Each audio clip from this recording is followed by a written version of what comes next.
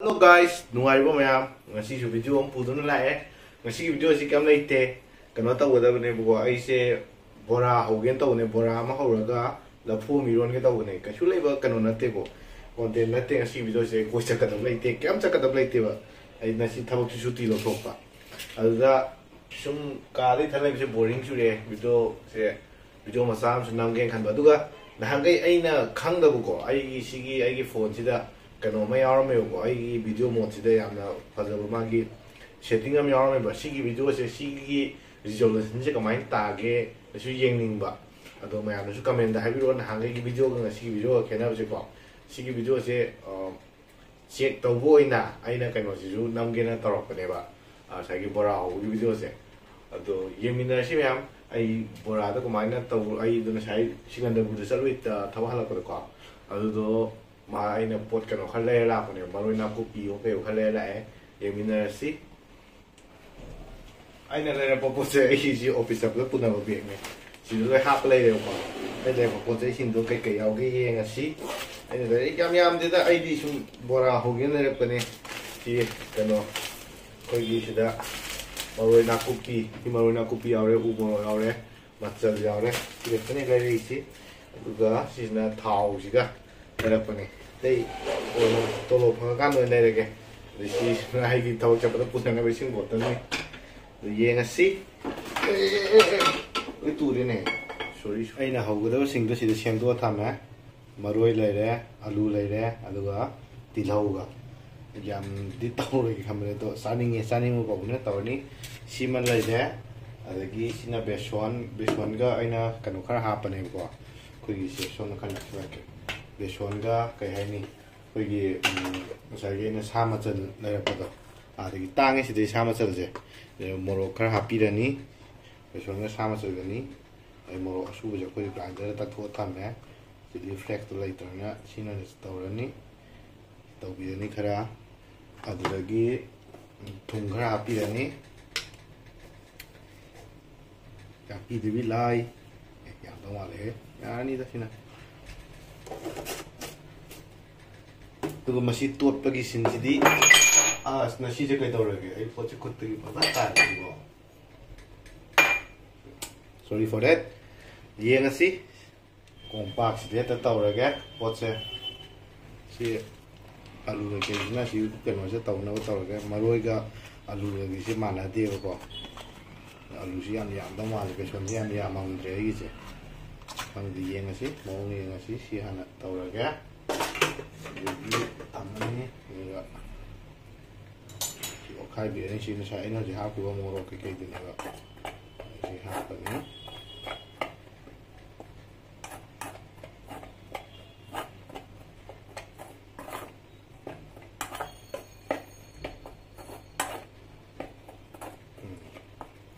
Ini masih, setelah ini masih enak kok. Saya foto jadi mahian lang ra dan soal tốt tôi nhiều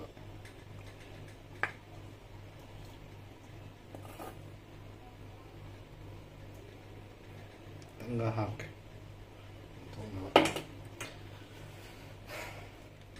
mana sana usah di sini tengah happy dah ni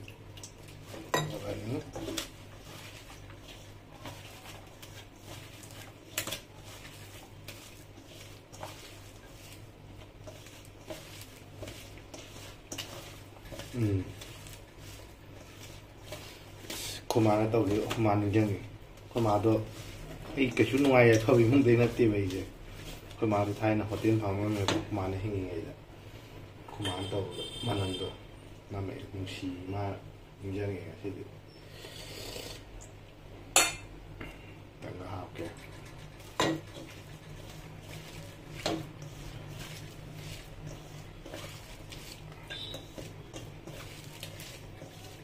này đấy Is na maroy por lagi tama ni luwat ka kang poche luwat luwat kahape na atis na alui kay kita mga okay siya diya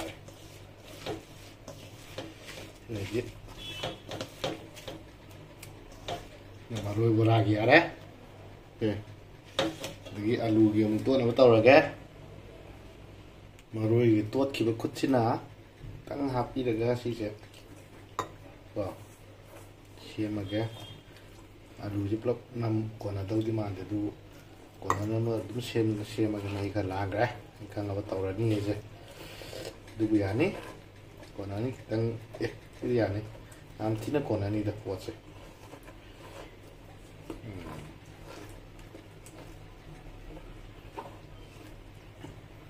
ยังสิrecipe ini terus dah leh dah, sina maroi bora kita leh dah, sina kanu kita leh dah, koi alu ke tilau ke gitu, leh dah, sina maroi bora lagi, yang si kang lagi, kang ni macam mut panat tiga sih, masa lagi si sung yang thong lah lagi, kanu tahu musalah pada ni, ai perantau apa ni tu kan tahu deh, macam nanti ai kang ni mut deh hai persiap jauh leh, yang si Lagi siapa sahabat lu ada? Aduh kamu aina masih ron ke tahu deh, nak siapa? Kalau pergi kalau lagi dah, pergi lapu lagi dah, mangkan lagi dah, saya aduh ada yang betul. Jadi macam nasi semua kampung ni, beras entah ni yang mineral sih macam.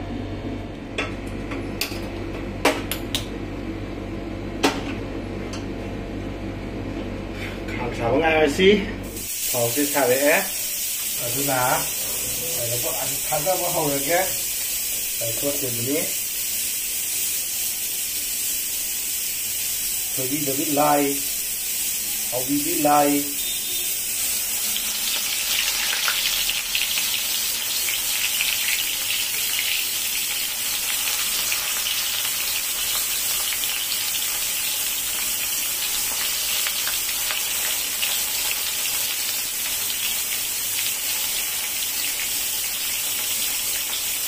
orang itu punya hobi ngai leh ni, apa ni? Ini kadar ya, ini orang lah ada tu, ni tahu dah ya.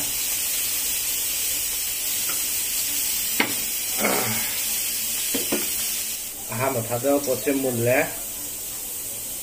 kadar ke sini, asmanam je, mesti ya. Oh, ini taruh terus manam ni, boleh lagi. Oke, nekai juga. Ini yang ada di rumah orang. Usia mana aja. Atau orang ada lagi kok. Oke.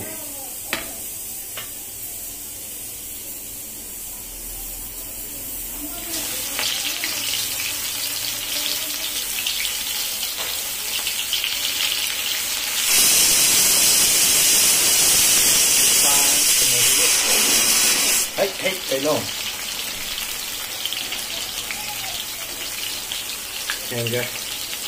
Yang ngasih matang-matang maroi ki series lagi rek, hang ni saman rek, tang lagi lagi mai je, adik. Kami ni kita pernah kita ada berapa? Kita ada yang dulu, oh iya.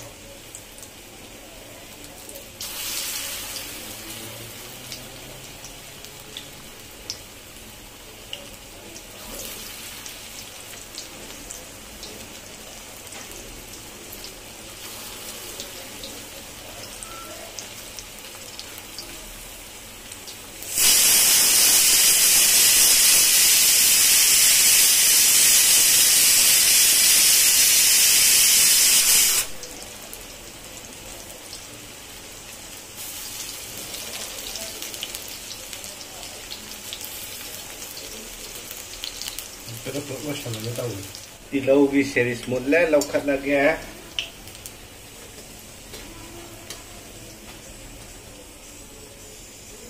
Hau man ra.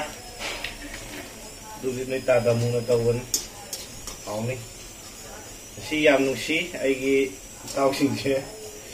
Ay na su pagi we kay boy ki. Nam hai do ge. YouTube group on Facebook tama lay din. Adu je ay na pagi we kay boy. Kano hai ba sidi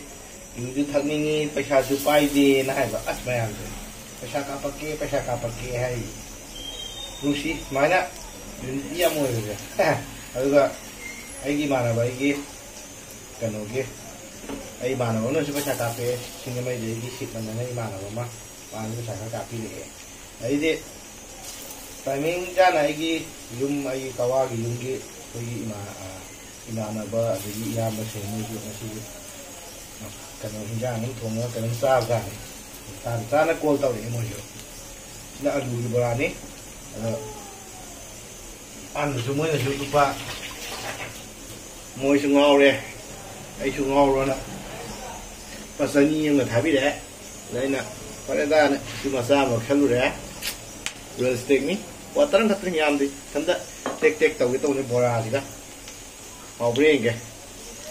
ये वैसी आलू बड़ा मुंडू तो पूरा लोहे का नहीं यहाँ लगे वो लास्ट बड़ा नहीं कनो तो खर ले में इना कनो तो मतलब ये मरोई के खान में तो वोเอาดูกันที่นักข่าวที่เลือกกันเลยयेเป็นส่วนที่खर ले में ना येนะสินะข้างบ่บราข้างบ่พุ่งยาวเลยมารวยบรายาวเลยये कनोยาวเลยतो ये आलू बड़ाยาวเลยये कोई करी hỏi đó hỏi kari ayu bora ya re tilo bora ya re marui pin na ka pia re ne marui sang ne ki bora ya re a ta tha bia ne ya na se wa tu ka ta sa pa ma ne bora ho ko loi de wai na ho bora do si de lai de ko to si này si cần nó này là rồi mà rồi sang hậu cái này là alu cái này là mà rồi bora pick bắt đầu này là thì đâu cái này là rồi si này bớt sẽ hay phải nó cặp cái nó sáng từng nheng cái thì lâu ra nheng cái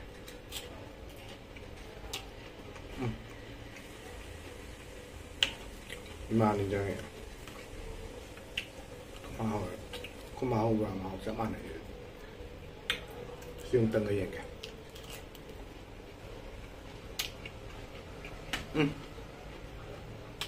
nó hỏi mình đang chắp ra thì mình đang này đó nữa cái số của cái này là hình dạng kì rồi nó như là cái lúa bên lúa can đuôi này chính là xí nó có xem xà này cái umuro hp ngari hp của alo makhala na mga video di yang ito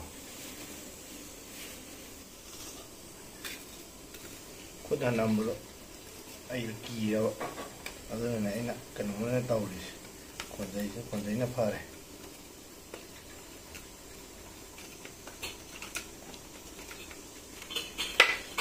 mình chụp cùng cái tàu hey để ra làm những bác sĩ đây hết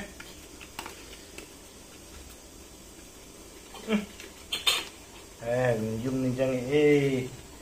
mà để nghe mà từng chân ấy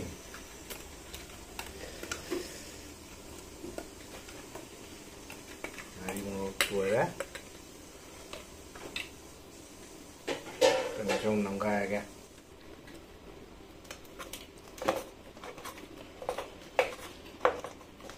si loiraga ina sai loro poto masang kapsalani sidi pitta hajib habet tuungi chagal pan mais ai mapanda leira sugo sangyang moi kano do piwa ko ba office piwa adagi mapangi yang kai ya pam dia ba chang thong di yen da thong di chang thong ba lagi koนี่ยังปามมันได้เลยHawaiiทงมันยังปาม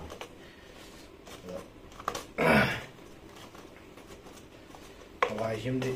มันปามจักเลยนายจะชากันเลยอันนี้อยากเป็นอะไรแกคุณหนุ่มโตเลยแกดี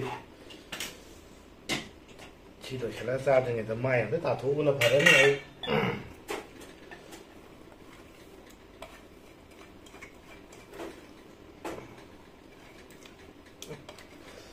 thì họ nè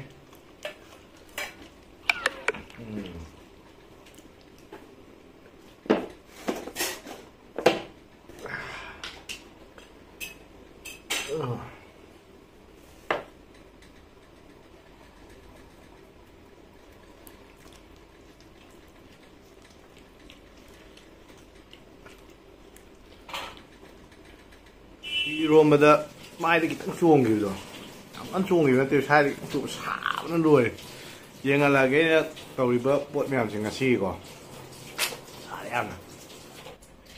이런 거 lấy đây xin nó bora lấy đây xin nó xài cái rô mình đi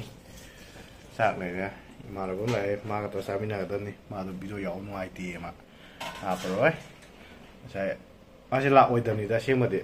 đây mà nó tự lầu sẽ đủ rồi đây nó cầu vào này rồi đấy 아두디 로셜라시 비디오 로셜나 버터시 마하우갱하게 아두가 로셜라시 비디오세 아두디 이 마사진 값살라시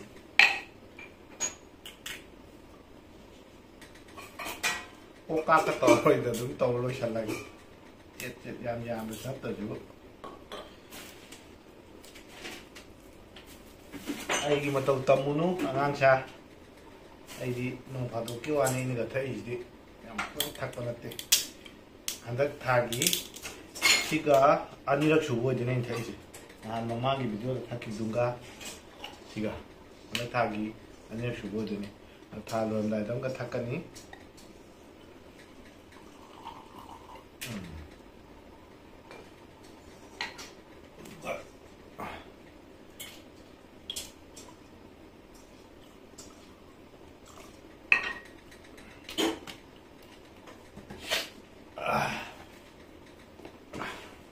시계도 떨어게 완나 떨어져버리네. 하와이 누가 있다 좀 떨어게. 아디 cheers 뭐야. 뭐시다 그노비 이 쿼터세 아시 로열 디얼렉 네고 그노비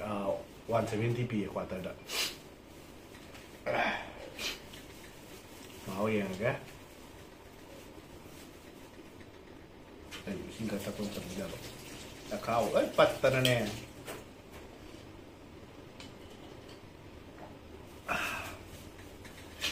Sao mà ao từ bị mấy cái này thì, mà xí gì, ai vậy, ông thật những âm bả, ông chung thật những đầu này, mà thật cái gì thật này, thật này.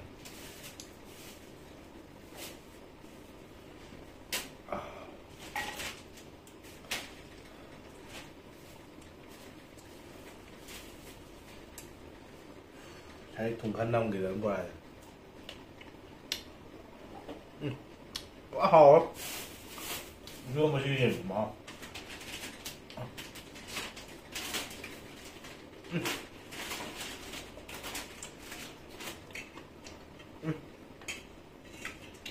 rất là hò chỉ là cái gì cô thôi anh được biểu đi mà ai phải làm ta nhang ăn thùng bao nhiêu nè không thôi đấy em cái này chỉ là cái khai đó bye bye mà mấy mà tao tầm nữa phải tông ta cái nó tao sẽ mày em subscribe em anh gì view em anh gì ai subscribe hen hen cái tết anh chú subscribe đi thật hen cái này ai tu lấy đấy mà hậu tụng đó là one game tất nhiều hơn xí ai dụ ngoài bây giờ chúng ta cái là cái ai off phép phòng bữa chúng này ai cài chúng sẽ là mà yên bữa đi nó phát không dễ chúng ta yên hay là kiểu quoi bên đi ai thùng và thạc và trao thạc và phẩm giấy rồi cái đó chúng ta tập bình thường nó cái ní thôi em bye bye